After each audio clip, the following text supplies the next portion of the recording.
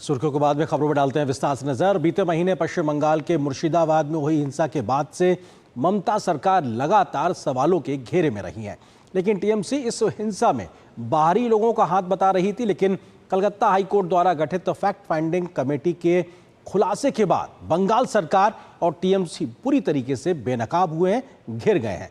Committee ने खुलासा किया है कि इस हिंसा में टीएमसी के नेता शामिल थे, पुलिस पूरी तरीके से निष्क्रिय थी और हिंसा करने वाले स्थानीय लोगों ने जानबूझकर हिंदुओं के घरों और मंदिरों को निशाना बनाया था। सच्चाई सामने आने के बाद से बीजेपी सहित अन्य दल टीएमसी पर हमलावर है, तो ममता सरकार बचाव की मुद्रा में नजर आ रही है। मुर्शिदाबाद दंगे की जांच, टीएमसी के नेताओं तक पहुंची आंच, वो घर जलाते रहे, पुलिस देखती रही, आखिर ये आग क्यों सुलगाई गई। मुर्शिदाबाद में हुई हिंसा का मामला एक बार फिर से सुर्खियों में है और इसकी वजह है फैक्ट फाइंडिंग कमेटी की रिपोर्ट। मुर्शिदाबाद हिंसा की जांच के लिए कलकत्ता उच्च न्यायालय ने एक जांच समिति का गठन किया था। इस कमेटी ने अपनी रिपोर्ट कोर्ट को सौंप दी है। हिंसा के संबंध में रिपोर्ट में कई बड़े खुलासे किए गए हैं। रिपोर्ट में स्थानीय नेताओं और पुलिस की भूमिका पर भी गंभीर सवाल उठाए गए हैं। रिपोर्ट में स्पष्ट किया गया है कि टीएमसी के सांसदों और पार्षदों ने दंगों को रोकने के लिए कुछ नहीं किया।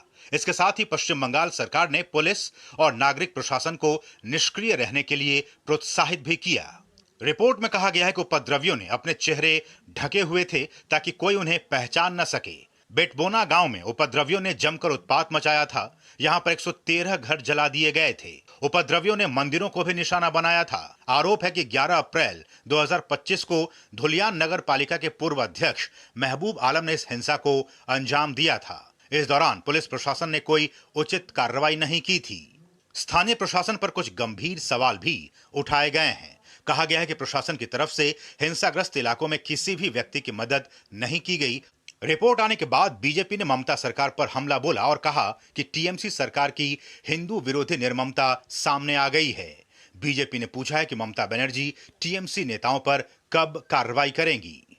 भारतीय जनता पार्टी की तरफ से स्पष्ट रूप से पूछना चाहते हैं कि न्यायालय के द्वारा गठित एसआईटी में यह तथ्य आने के बाद तृणमूल कांग्रेस के नेताओं पर ममता बनर्जी जी कब कार्रवाई करेंगी और अपने नेताओं के अपमानजनक और मारे गए लोगों का उपहास उड़ाने वाले बयानों के लिए कब माफी मांगेंगी।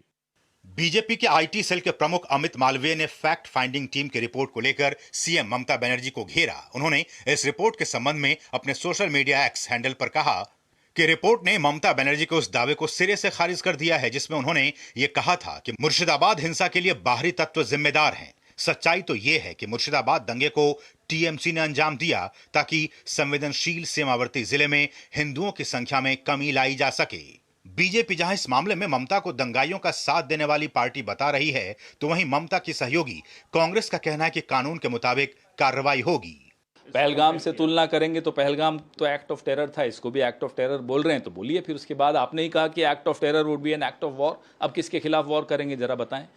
जांच होने दीजिए, जो जांच में निकल कर आएगा कानूनी कार्रवाई जिसने भी गलत किया उसके खिलाफ होनी चाहिए, होगी।